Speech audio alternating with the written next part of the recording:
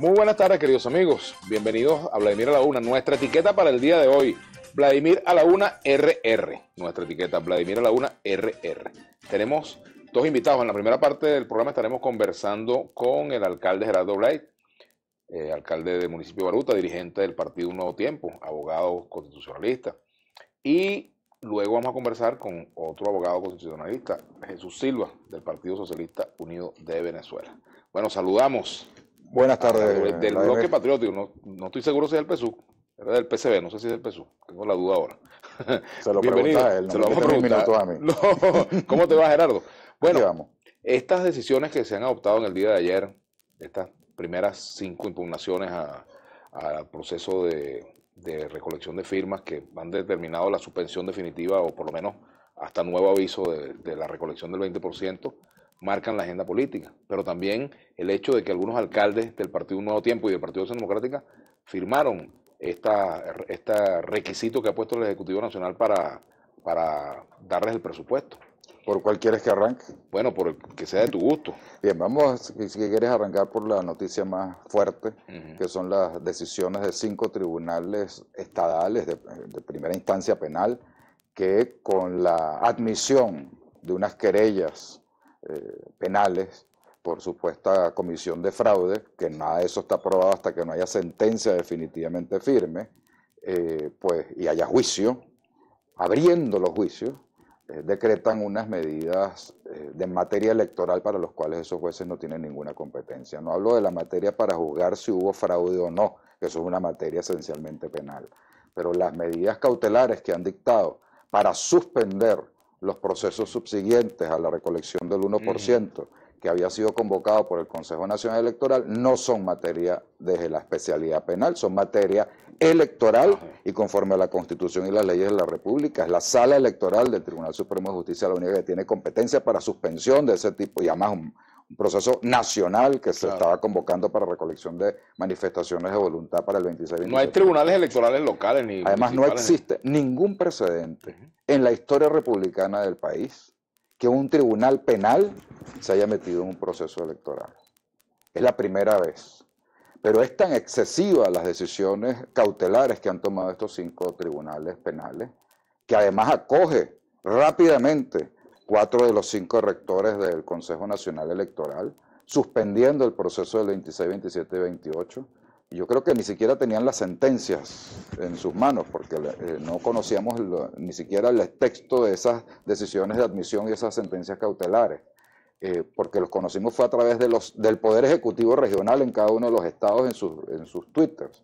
Pero es tan abusiva y tan excesiva que las firmas sobre las cuales se está aduciendo ese supuesto fraude, que tendrá que probarse en todos los procesos judiciales que se están abriendo, no son las que validó finalmente el Consejo Nacional Electoral cuando se colocó la huella para validar el 1% necesario según su reglamento para convocar al 20%, porque esas ya estaban descontadas por el propio Consejo Nacional Electoral cuando las impugnó el PC, el Partido Socialista Unido de Venezuela, cuando descontaron otras que abrieron en la página web que la gente podía retirarse, pero no podía incorporarse si te habían eliminado. Absolutamente nada equilibrado el proceso del Consejo Nacional Electoral, y tampoco aquellas que habían descartado ellos porque que si la huella no se leía, como le dijeron a Capriles, o porque firmaron varias personas de diferentes circuitos cuando eso no estaba en el reglamento, circunscripciones electorales. Por ejemplo, los diputados que firmaron todos en una hoja y unos eran de Caracas, otros de Aragua, otros de Miranda, entonces invalidaron toda la hoja.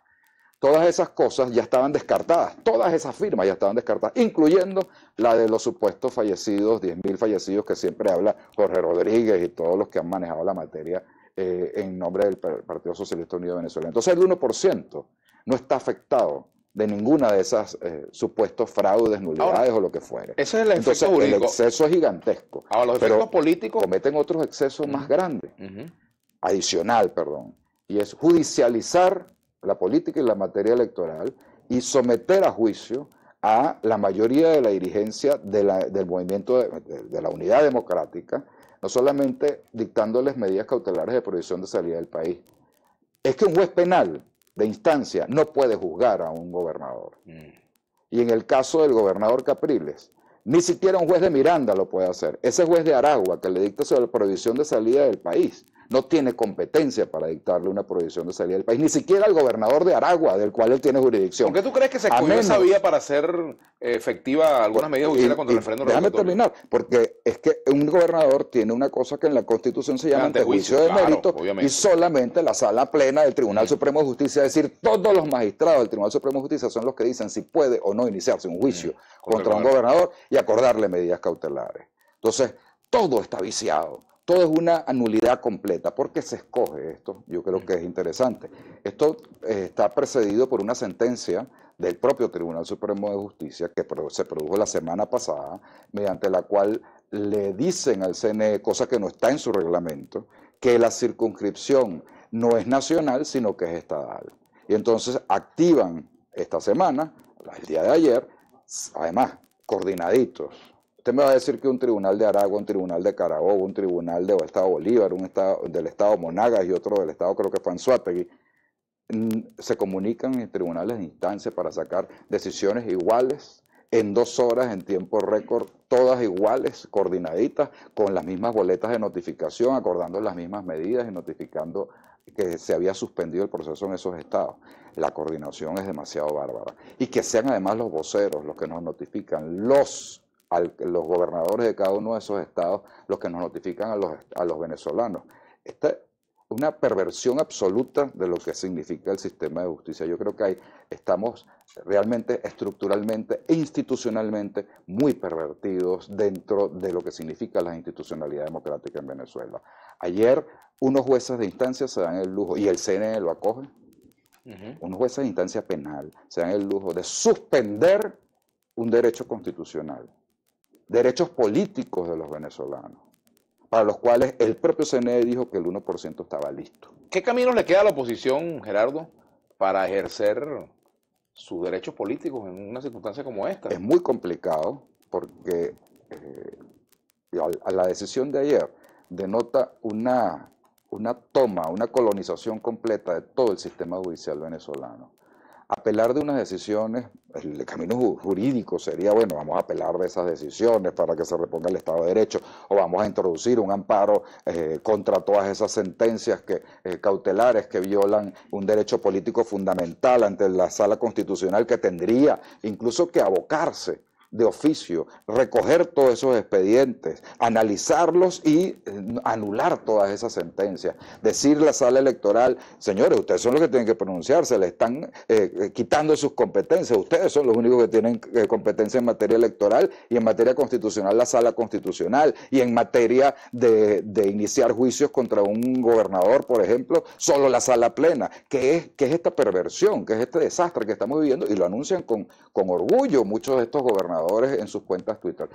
El camino es muy difícil. Yo creo que por eso la mesa se ha tomado este tiempo, después de producidas las decisiones en la tarde de ayer, han estado deliberando, han estado reunidos. ¿Y por qué la mesa, si había el convencimiento de muchos actores políticos, quizás al menos extraoficialmente, de que venía algo contra el referéndum, por qué no tenían esto discutido? Bueno, yo imagino que sí, pero el escenario ayer fue mucho más complicado de lo que se podía prever. ¿Qué podías tú prever? Bueno, que la sala electoral iba a suspenderlo, o que el CNE iba a dictar una resolución mediante la cual las rectoras lo suspendieran, o que la sala constitucional lo suspendiera, es decir, una sentencia de otro tipo. Pero es que no solamente judicializaron la política, sino que la penalizaron, la están enviando al área penal en todo este... Tenemos que hacer la pausa, nos queda pendiente la pregunta antes de pasar luego a la participación de la audiencia. La pregunta sobre estos alcaldes de un nuevo tiempo que firmaron y de Acción Democrática. ¿Esto es a cambio de la libertad de Manuel Rosales? Se preguntará cualquiera. Vamos a hacer la pausa, ya venimos.